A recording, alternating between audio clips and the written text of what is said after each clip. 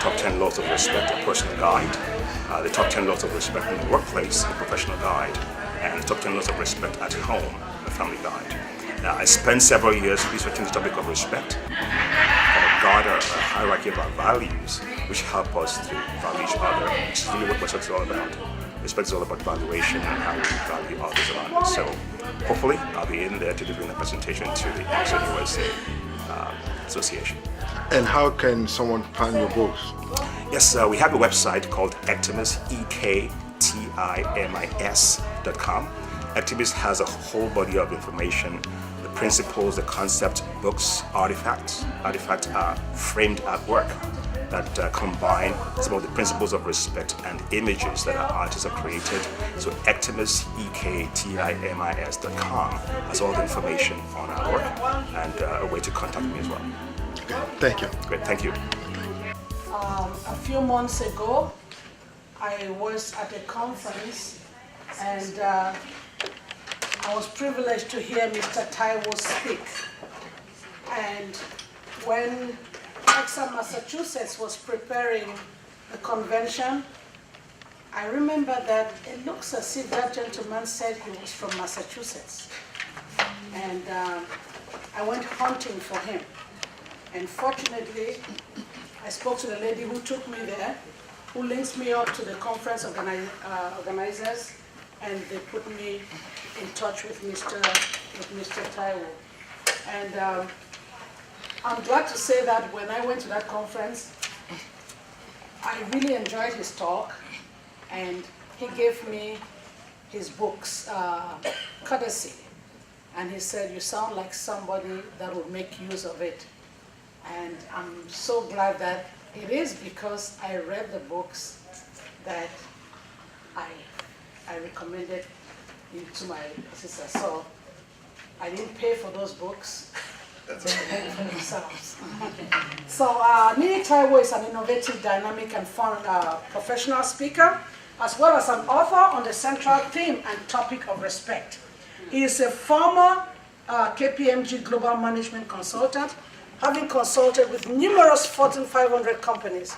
He is presently a principal at Strategic Enterprise Technology, Inc., a management consulting firm in Boston, Massachusetts. He is also the founder of EXTIMIS and the creator of the EXTIMIS brand, an innovative product dedicated to promoting an attitude of respect. As a continuous improvement expert, NIE specializes in achieving improvement transformation by simplifying complex concepts. This skill led to the development of the EXTIMIS Respect model, on which many of the EXTIMIS products, resources, and tools are based. He is the author of 4 books on the sole topic of respect. So his speech today, based on our recommendation, was to give us a blend of those four books, the top 10 laws of respect. Please join me and welcome Nini.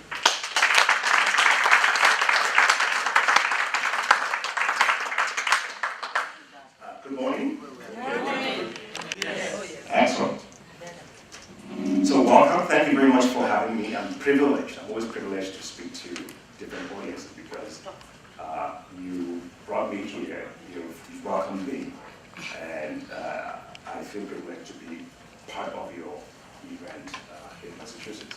And I want to thank the Massachusetts chapter for picking Framingham, because I happen to live 30 minutes drive from here. I live in Shrewsbury, Massachusetts, where I have my home. My assistant, Sam, goes to Holy Cross in Worcester, 30 minutes from here. So you picked the right spot. Massachusetts chapter, thank you very much for that. Now, my name is Nini Taiwo, by the way. How many of you feel respect is an important topic? Raise your hand. I know all hands will go up. How many of you feel that to somebody around us, or even to ourselves? So I spent about 5 years doing research on respect. Now, there's a longer story as to why I picked respect in this topic. I'll discuss that later on, for those who want to know that story. But nonetheless, I picked the topic of respect. Spent 5 years doing research. my research took me to the realm of those who had employees that learned of the book. And they asked me to come and speak to their employees on respect. And I realized, oh my gosh, this is actually more than I thought. So I spoke to several audiences, companies, mentor-mentee groups, private groups. I went to rough schools, spoke to students, teachers having come in. And I realized there was more to this than I anticipated. So I went back, did more research, and I ultimately published, wrote 3 additional books. Those are the ones that are out here. And I came up with a model. I put respect into a visual form so you can actually see it. And that's what this picture here is. I wanted to pictureize, visualize respect, right? By coming up with the components of it, the constructs of respect. So that way, if you can see it visually and understand the visual construct, then it helps you understand respect psychologically as well. So that body of work led to what I call the activist respect model, the framework that puts respect into a visual format. And then that led me to then come up with principles of respect. The top 10 laws of respect, principles that govern respect. A personal guide for personal relationships. In the workplace, a professional guide for a work environment. And at home, a family guide. Because I realized respect plays out, is the same fundamental foundation. But over the long term, respect is sustained based on different factors between friends, in the work environment, and in a home environment. So that led to 3 books. Techniques of Respect, the personal guide, professional guide, the workplace, family guide at home. And so that brought me to where I am today. And I was fortunate to speak at an event where I met Dr. Joyce, and she ultimately asked me to come here. So that's the overarching story. But let's get to the core of it. So if I asked you to define respect, what would be some of the words that would come to mind first? I want people to tell me what's come to mind first. It's earned. It's earned, okay. Good. What else? Mutual. Mutual. So it means there are 2 people, 2 or more people involved. Excellent. Those are 2 very important keywords there. And earning respect, as you see in a minute, is part of it. And mutual respect meaning 2 people have to respect each other. But how does that happen? All right? Humility. All right? So you can see that a lot of the words, when I ask people to define respect, I heard a lot of the things you're saying. But in its very essence, respect actually comes down to one key phrase. But before I tell you that key phrase, let me tell you that there are 2 perspectives to respect. 2 perspectives in play all the time. The same way that you have a coin, the coin has 2 sides. But if you flip a coin, once it lands, only one side is visible. The question is, what's on the other side? Because what's on the other side gives you a complete picture of that coin. The side that's facing up on the floor only gives you half the picture. So what are the 2 perspectives to respect?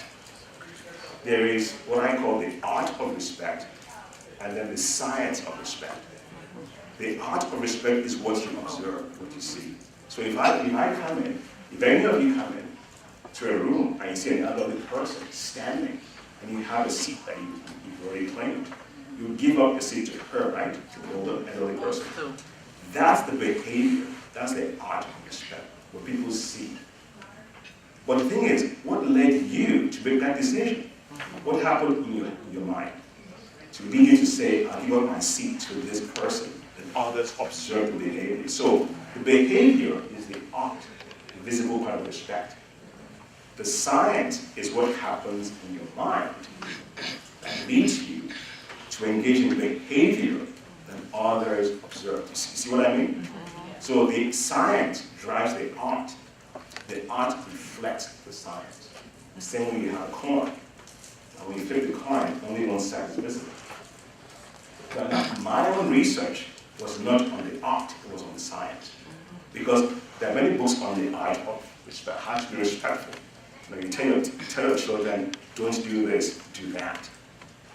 Stop doing that, do this. Teach them behavior, the art.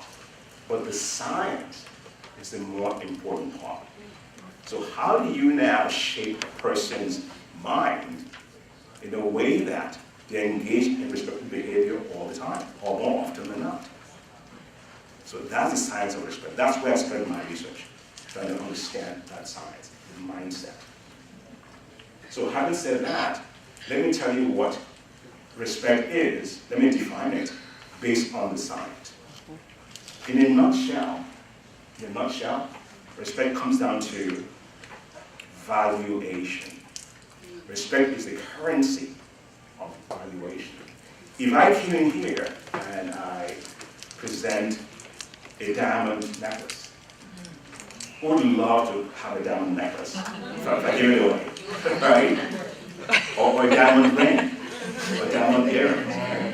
If you want to appraise a piece of jewelry, like a diamond ring or necklace, you go to an expert, right? What do they look at? They look at 4 C's to appraise that diamond jewelry. They look at the carat, diamond. They look at the cut. An ideal cut is the best cut, because that lets the diamond reflect its brilliance. They look at the color and the clarity. Carat, cut, color, clarity. And those 4 attributes will lead an expert to appraise that diamond appropriately and put a monetary value on it, right? What if you own a home? How do you appraise a home? You get an expert. What do they look at? They look at location. Look at the structure, the foundation, the construction. Is it a 4-inch thick wall or 6-inch? Look at the windows, quality of the windows, number of rooms, etc. And the material of all the inside. And then they put a value on it. Same thing with the car. But how do you value people? How do you appraise people? Because people are not objects, right? And you can't put a monetary value on someone. But God gave us a mind, a conscience, and a mind linked to our brain. And every one of us has the capacity to embody mental thought processes. There's a psychology to our personal beings. And so we use our minds, we use our psychological mental capacity to engage people, and we psychologically value them. And the currency of that valuation, it's not dollars, not pounds, it's respect. Respect is the currency that comes out of that appraisal, mental, psychologically, of people. That's what it is. Valuation of people, currency is respect. Now, the same way money has denominations, respect has denominations, right? And that's where the understanding of respect is very important. So one currency of respect is at a human level. I call it human respect. So when you meet a person, you get to know them. Before you even get to know them, right, you need to understand something about them without necessarily speaking to them. So for example, I meet you, there's some basic fundamental attributes about you that I don't need to be told, because they apply to me as well. I'm a human being. You're a human being. I have hands and feet. You have hands and feet. Barring any physical impairment. Blood flows to my body, as does yours. I have feelings. You have feelings. We have a conscience. You have a conscience. So our humanity enables us to recognize that others around us are humans too. So the more you know about your humanity, and you appreciate your humanity, you know that others around you share the same humanity. You don't have to be told that. Children are taught that by their parents. When parents fail to teach their children about humanity, and appreciating humanity, then they fail to let those children appreciate others fairly. So at a human level, we appraise others at a human level, humanity, and I call that human respect. So that is part of me. Once that is instilled in me, I know that I should be careful the way I talk to you. I don't hurt your feelings intentionally. Accidentally might happen, but once that happens, you apologize, right? But knowingly trying to hurt somebody else, that means you don't understand the essence of your humanity. Because if you do, you will not inflict harm intentionally on somebody else. So at the human level, I call that human valuation, human respect. Along with that are the qualities that define or extend humanity. So if I appreciate honesty, and I hold honesty as a quality that I ascribe to, guess what? When I see honesty in others, I recognize it. And then you connect with that person. If you value trust, and it's something that's important to you, when you meet others who exhibit trust, guess what? You connect with them. And so on and so on. That's the reason why people connect. They connect based on qualities that they have and that they see in others. That's all part of humanity. So one currency, one denomination of respect, the currency of respect, valuation, is human respect. That's the first denomination. The next denomination is what I call positional respect. Now, unlike human respect, which is instilled in you by your parents, where your parents teach you how to respect yourself, value yourself, and see that in others, positional respect has nothing to do with you. It has to do with the role you hold in society. The president of the organization, the vice president, the head of the company, the leader of the home, the parents, the mother, the father, the manager of a group,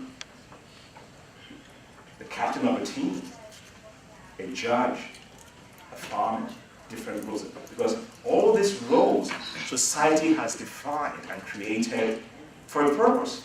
It's the reason why a farmer exists. They grow the crops, the foods that we purchase to live. There's a reason why a plumber exists. They fix the infrastructure in the home and in the community so that things, waste will flow, water will flow. There's a reason why doctors exist. They're healers, teachers. They're there to teach. The society has defined all these roles for a purpose, to advance society. So when you hold a position and others recognize the value of that position, right? Then by virtue of the knowledge of knowing the value of the position, you afford the holder of the position the respect that the position commands while they're serving in it. So the president and vice president of EXSSA, USA, are serving for a term, and you know they hold that position because you have, as a group, defined that position for a purpose. Now, when they both occupy those positions, you want them to serve with integrity and with honor, so that they preserve the integrity of the position for the next occupant. Right? The governor of the state, same thing. The president of the country. So all these roles are defined by society well before we all came along, and they'll be there after we move on. So when you hold a position in society, I be served in, and you conduct yourself with integrity and honor, then others will see that and afford you the respect, the valuation that that position commands while you serve in it. That's different from human respect. That's positional respect. Very, very important. Even if you don't like the whole of the position, you can still afford them the respect that the position commands. Because your child, son or daughter or cousin may hold that position at some point in the future. So if you devalue the position today, others will devalue it for your children tomorrow. What you said, earned respect. That's the one that you control your entire adult life. From the time you're a mature adult until you die, you control how you earn respect. The earned category. The human one is instilled in you by those who raise you. Positional, you inherit when you prepare the role. Earned respect, you control that by virtue of your actions and your deeds. And there are 6 factors that drive earned respect. 6 factors. The way you present yourself. All right? If you go to a job interview and you're not dressed appropriately, they'll react to you based on that. Don't be surprised. You want to know the position, the organization, etc. If you go to a party, a formal party, where your guest is trying to celebrate something, you dress appropriately for that event. So the way you present yourself is one factor that drives the way others around you respond to you. So you control that. Number 2 factor that drives on respect, what you say, how you say it. If you're upset with somebody, there are ways to communicate that you're upset without making the situation escalate into chaos and a fight. You can call someone and say, "Do you have a minute? You said something yesterday that really bothered me. I'd like to tell you what it is." As opposed to get in their face, you point your finger and begin to use the wrong words. Right? 2 different ways. So what you say, you control that. But that also, people hear that, will react to that psychologically by the science of respect. And that shows up in behavior ultimately. The 3rd factor, your actions. So when you present yourself, what you say, your words, choice of words and how you say it, then your actions, what you do. If you say one thing and do something else, you say, wait a minute, you said this, that you're doing the opposite. If you say one thing and you back it up with action that is consistent with what you said, that shows that you have integrity. So, the way you present yourself, what you say, your actions. The 4th factor, your associations. Who do you associate with? Who do you hang with? Show me your friends. Show me your friends. So, if I live here today and some of you go online and research the title, and you read all these articles that I was caught up in some drug scheme and some people who are doing devious things, that will change your opinion of me psychologically. You say, wait a minute, you mean the guy that spoke about respect was caught with some guy doing drugs last year? Wait a minute, that doesn't make any sense. So who you associate with, all right, is a reflection. People will see once they learn of who they associate with, they will form an opinion. It will shape their thinking of you. So associate with the right people who exude the values that you want to. And the 5th factor that drives how you earn respect is circumstance. So if you learn, again, using an example, by the way, I've never done any hangout with people with drugs. So. that was an example to the straightforward. In case anyone is wondering. So the 5th factor that drives when you earn that good domination of respect, your circumstance.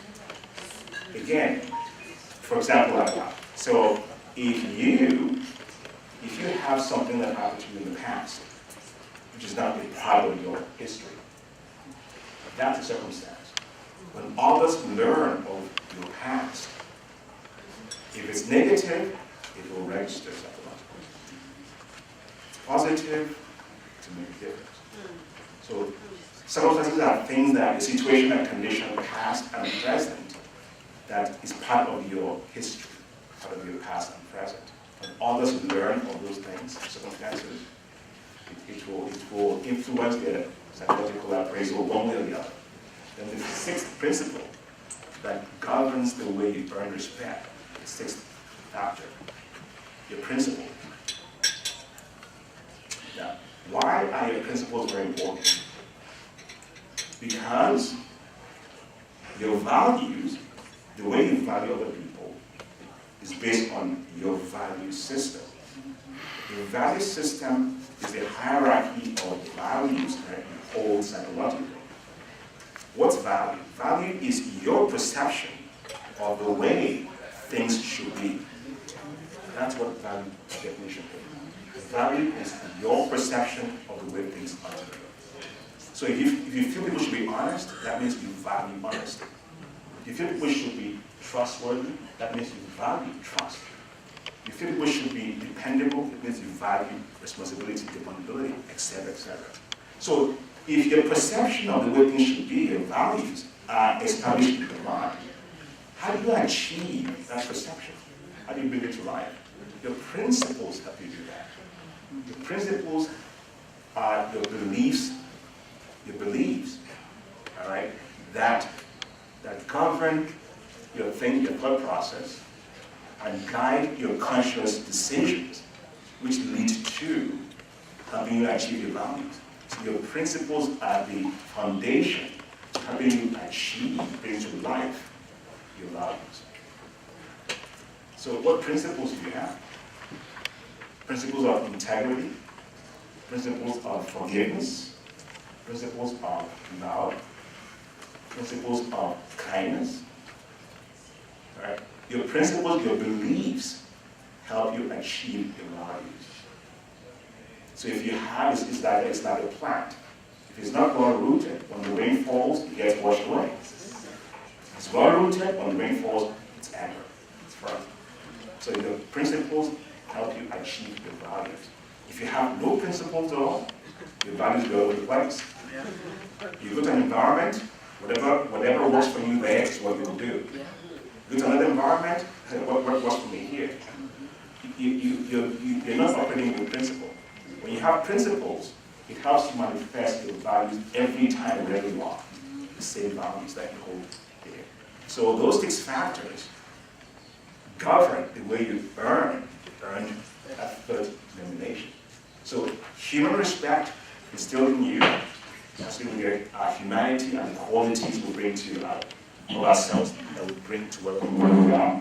Psychology, the science, that the concept, they'll carry forward and be cognizant of what they need to do to ensure that they don't undermine their own self-esteem and self-respect, and in turn, value others fairly. Now, can we respect everybody equally all the time? No.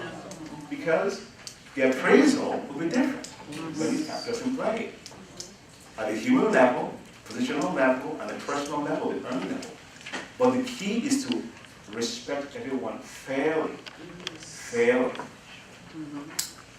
My late father passed away about 12 years ago. My mother is still alive. I respect my mother. Like if any woman comes to me and tells me to respect her or my mother, other than my wife, I respect equally. I tell the person, how can I respect you more than I respect my mother and my wife? It's not possible, but I respect you fairly. So it's all relative. The key is to respect everyone fairly. At a human level, positional level, and Question. so let me begin to wrap up, because I know you have a big meeting later on today. I have a question. And I will entertain that one quick minute. And so I have 3 books talking about respect the personal guide, respecting the workplace professional guide, and home family guide. There are several principles I want to read, a few of them, because once I read them, it'll make sense based on what I've just said. And I called my publisher and had them ship me several boxes of books. So I don't want to leave here with any books. As Dr. Joyce said earlier, I purchased them at a very low price. Each book is $10, but if you buy all 3 books, $20. And I'll be here to sign the books for anyone who wants to sign. And for those who buy books, Sam is going to give you a little ticket, because I have 8 prizes I'm going to give away to 8 individuals. I love to give away things. So what are some of these principles? Respect is all about valuation and worth. Respect is all about valuation and worth. That's the first law of the top 10 laws of respect of any of the 3 books. That makes sense now, right? Based on what I said earlier. The second law of any of the three books, the second, to respect others, you have to learn first to respect yourself. Because if you don't appreciate yourself at a human level, you have to do others at a human level. That's the foundation. Right? That makes sense, right? That's the second principle. Here's the third one. To respect yourself, you must have a well-rooted value system. Amen. Your value system, your psychological hierarchy of values that you hold dear. Your perception of the way things should be, those are your values. However many there are, that hierarchy. That system is the engine that drives the way you respect others. So to respect yourself, you must have a rooted value system. That's the third principle. Here's one. It's easy to gain respect when you command it. It's harder to gain respect when you demand it. Okay, that's the eighth law. Because when you demand respect, you're asking someone else to value you the way you want. It doesn't work that way. It's their value system, not yours. If you command respect, then you're saying, see me for who I am and value me fairly based on your value system. So if they see you as an honest person, accountable, responsible, trustworthy, integrity, most people value that, don't they? Then they will afford you the respect that you deserve. You command it. You don't have to ask for it. It will come naturally. That's how you command respect. You show those qualities that others value, that you know they value, because we all value certain common things. And they'll afford you the respect naturally. You don't have to ask for it. Here's another one. I love this one. It's the ninth law of the personal guide and the woman home. There's an infinite number of ways to lose respect, but a finite number of ways to earn it. In other words, there are many ways to do the wrong thing, but there are only a few ways to do the right thing. So, when you've done the wrong thing, don't waste time trying to figure out what should I do to correct it. There are only a few things you have to do to correct it. Apologize. Don't waste time. Should be apology. Be accountable. Don't evade accountability. Be honest. Don't keep lying about it. People spend time trying to figure out, gee, how do I get out of this? No. There are many ways to screw up, but there are only a few ways to get it right after you screw up. And so I admit it, I come right. And then, here's another one. This is my favorite one of all the laws. I love this one. Number 7, of the respect at home. It reads, and you all appreciate this, respect your parents always, because they will value you forever, even at times when you don't deserve it. Are there any parents here? Do you love your children? When your children do the wrong things and they think that you hate them or they hate you, you still love them, right? Of course. So let your children know about this particular one, that you respect your parents always because you value them forever, even when they don't deserve it. Because you give birth to them. You always value them. Sometimes you don't realize that. So that's my favorite one. And then, the 10th law of respect in the workplace. I love this one as well. In the work environment, even if you go with the right value system, and you exhibit the right qualities, and you make the right decisions, and you're a team player, etc., if you don't achieve this 10th principle in the workplace, it will undermine everything else. So this is important.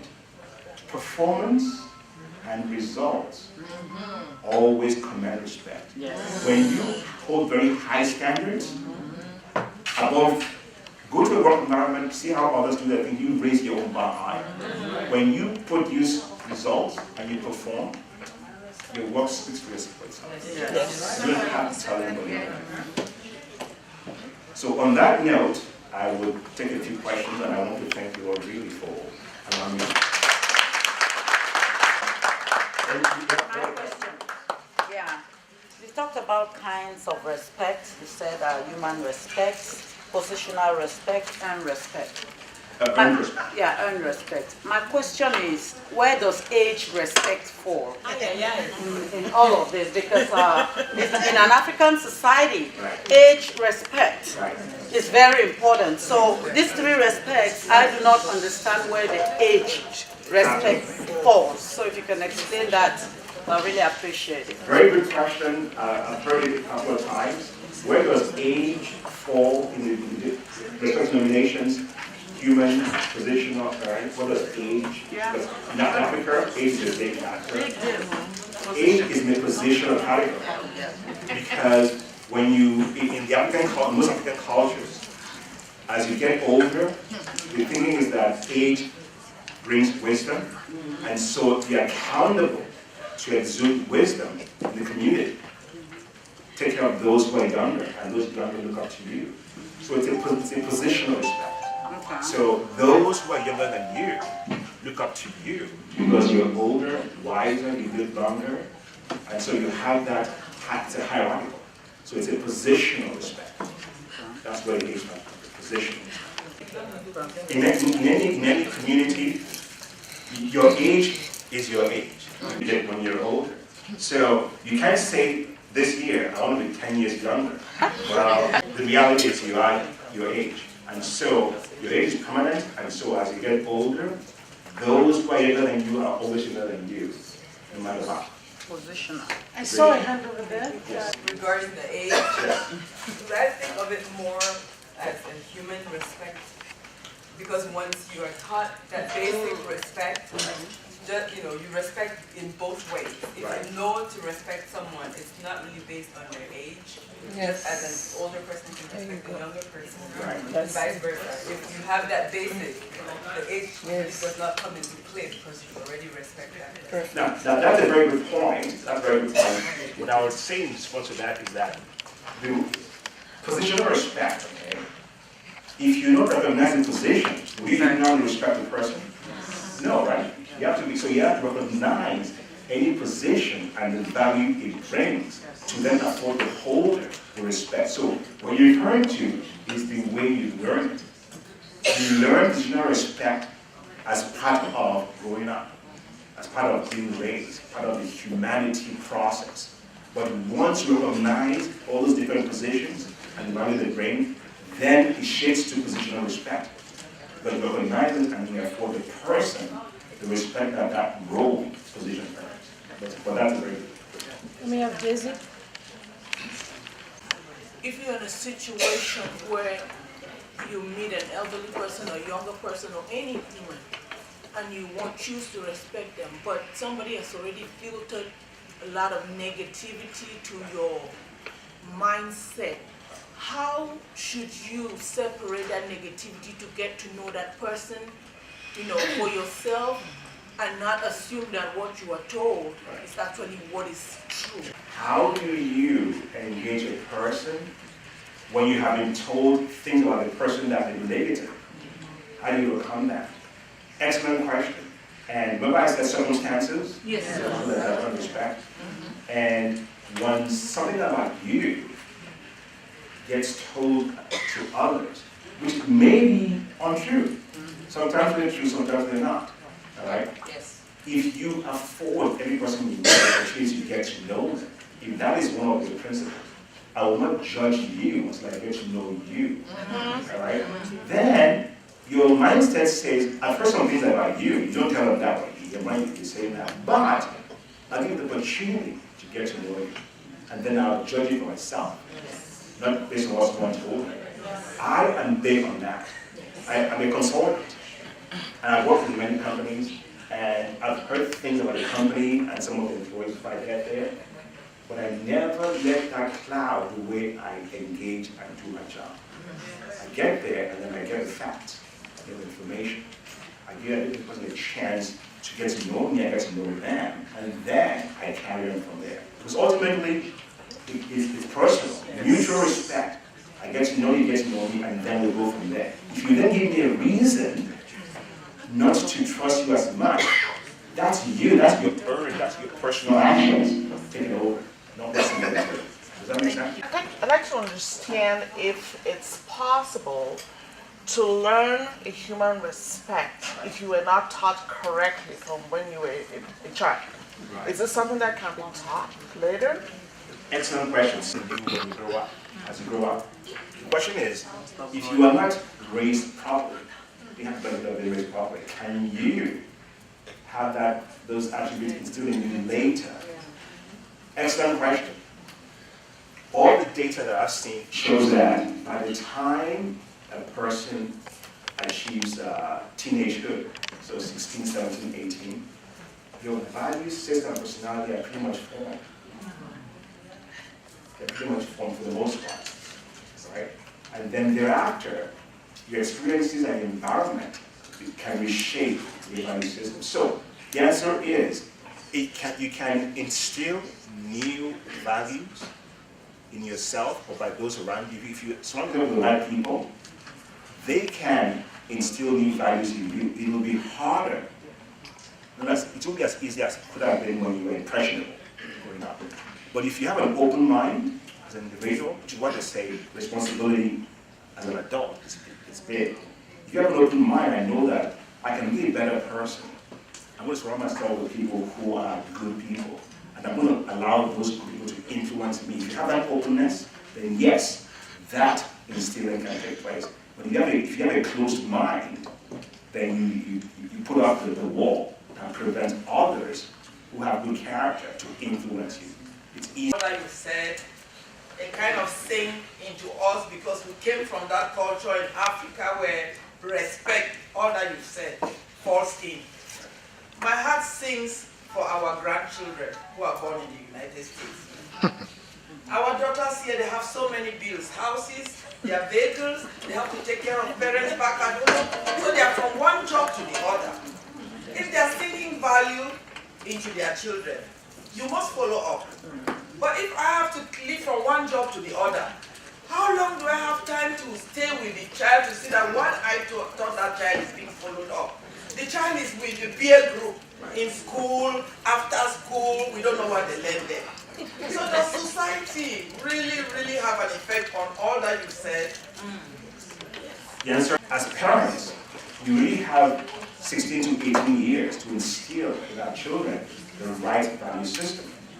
But when do we spend most of our time? As a child, you spend most of your time at home, in school, and with your friends. The question is, there's a principle that I practice in consulting that says, know what you cannot change, and don't spend too much energy on those. However, know what your strengths are, and use your strength to mitigate what you cannot change. But don't dwell on what you cannot change. So in other words, the environment where your children spend a lot of time outside of your home, schools, with your friends, all right? You can teach your children about some of the adverse, all the risk factors out there, and explain to them how to make the right choices. But then if you're in your home environment where that is where you have the most control, if you have to work more than one job to maintain the home, the question then is, all those factors are all adverse factors that work against us. And I'm glad you raised that question because I always tell most of my audience who are particularly from Africa that in the United States, the village community concept is very, very hard to realize. It's very difficult. Whereas in Africa, you know, the neighbor, your cousins, your grandmother, everybody's there to take care of that child. In the US, you're on your own. It's harder. So it's important to find a way to build a network, all right, of others, even if it's a virtual network, even if it's Facebook, not Facebook, Skyping or FaceTime, things like that, to connect your children with people who are accountable and responsible, even if I use technology to do that. For example, on weekends during the summertime, I call my cousins on Skype and Facebook, and I chat with them. So I'm going to on the phone, Patrick, get on the phone, he wants to talk to you. I do that every summer, every weekend, because I want to give them my time knowing my brother and his wife have to work. So my cousins came from me every weekend during the summertime. So that helps to mitigate other things that's going on. But my cousins respect Uncle Nee. So, Uncle Nee said this, Uncle Nee said that. I tell my brothers, whatever you tell them they don't listen to, tell me, I'll help you convey to them. Listen to Uncle Nee. So there are many ways to mitigate some of the risk factors you have to highlight, but you're right. There are many risk factors living in the U.S. where you have to be independent and basically on your own.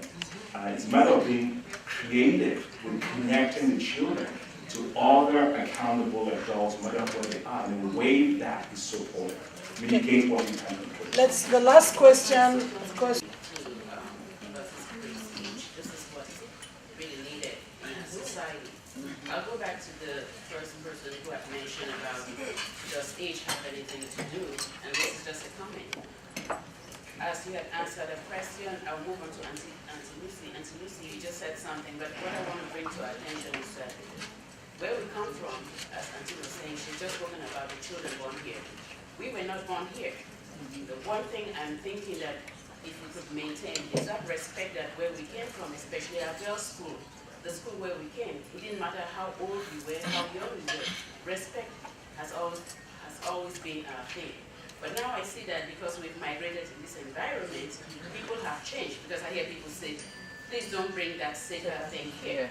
If we have to maintain that respect that you're talking about, I think this is really important that we remember that it doesn't matter whether you're here, you're more educated than me, who was your old senior in school, in etc.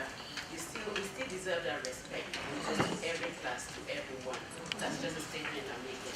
Thank you. When I stumbled on NII, maybe about 8 months, 9 months ago, and I listened to him, I was like, oh, this is definitely somebody that I want to bring back to the sisterhood, because we have bandied that word around respect a lot. And that first day, what I got from that is this valuation thing. And you have people that don't know that they're disrespecting the person that they're claiming that is disrespectful. And a lot of times when it's like when we even go to Facebook and write negative things about somebody, or you make a low-key side comment, what that means is that you've already your valuation of that person, you've disrespected them already. And yet in your comment, you're claiming that they have been disrespectful. So it's very easy to disrespect without knowing that it's disrespecting. And I just hope that we can remember the science of it. And I thank you for accepting my brazen call. Thank you very much. I thank you for accepting that you would not be paid this time. I know.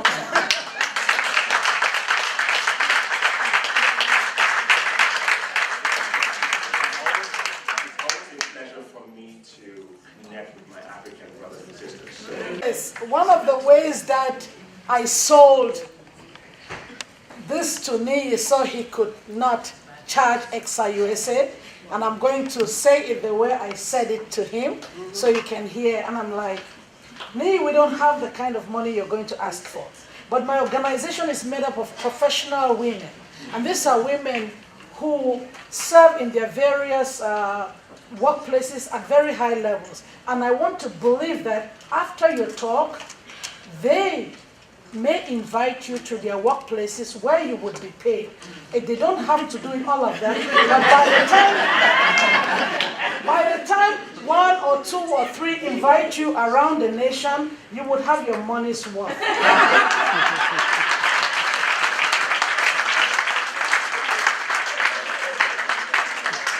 So I am hoping that just like he gave me his 3 books and free, and he said, you look like somebody that will read it and put it to use. And I read it, and today you're talking to about what, 75 women here, and the words would go even further. So I am really hoping, that's why I'm making this pitch so that you can hear it And I hope you would make it come true for me when you call him to your workplace, when you call him even to your other organizations that you belong to, and he can say that the coming to EXSSSA USA is a gift that would keep giving. Thank you.